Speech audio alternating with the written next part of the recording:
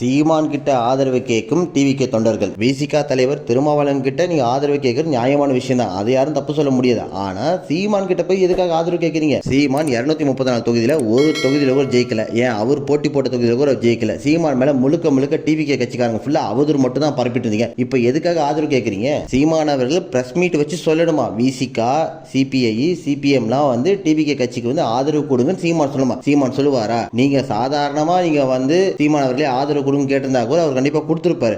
ஆனால் சீமான் மேலே முழுக்க அவதூறு தான். அவர் வந்து பணம் வாங்கிட்டாரு, திமுக கிட்ட பணம் வாங்கிட்டாரு, ஈழத்துக்கு போகவே இல்லை, அவர் ஈழத்தில் போர் நடந்துட்டு இருக்கும் போது வந்து ரூம் போட்டு தங்கிட்டு இருந்தாரு. இது மாதிரி அடுக்கடுக்க அவர் மேலே வந்து பயங்கரமான குற்றச்சாட்டு இன்டர்நெட் ஃபுல்லாக வச்சிங்க. இப்போ எந்த முகத்தை வச்சுட்டு அவர்கிட்ட ஆதரவு கேட்குறீங்க? காங்கிரஸ் கூட கூட்டணி போகலனா கூட சீமான் அவர்கள் ஆதரவு கொடுத்துருப்பாரு. இப்போ நீங்கள் காங்கிரஸ் கூட கூட்டணி போயிட்டீங்க.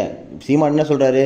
இனத்தை கொன்றது காங்கிரஸ் கட்சி தான் அப்படின்னு சீமான் சொல்லும் போது நீங்க கூட்டணி போயிட்டீங்க காங்கிரஸ் கூட, எப்படி அவர் ஆதரவு கொடுப்பாரு? கண்டிப்பா ஆதரவு கொடுக்க மாட்டாரு. இன்னைக்கு இருக்கிற தமிழ்நாட்டு சூழ்நிலைக்கு ரீஎலெக்ஷன் வந்தா விஜய் அவர்கள் தான் ஜெயிக்க போறாரு. விஜய் அவர்கள் தான் 200 சீட்டுக்கு மேலே ஜெயிப்பாரு. அது எந்த மாற்று கருத்தும் கிடையாது. நான் சீமானுக்கும் ஆதரவாக பேச மாட்டேன், விஜய்க்கும் ஆதரவாக பேச மாட்டேன், நடுநிலையில தான் பேசிட்டு இருக்கேன். நீங்க விமர்சிச்சீங்க சீமானை, அப்ப சீமான் கிட்ட ஆதரவு கேட்காதீங்க. காங்கிரஸ் கூட கூட்டணி போயிட்டீங்க, சீமான் கண்டிப்பா உங்களுக்கு ஆதரவு பண்ண மாட்டாரு. உங்களை வந்து சீமான் வந்து விமர்சிச்சு தான் இருப்பார். நன்றி, வணக்கம்.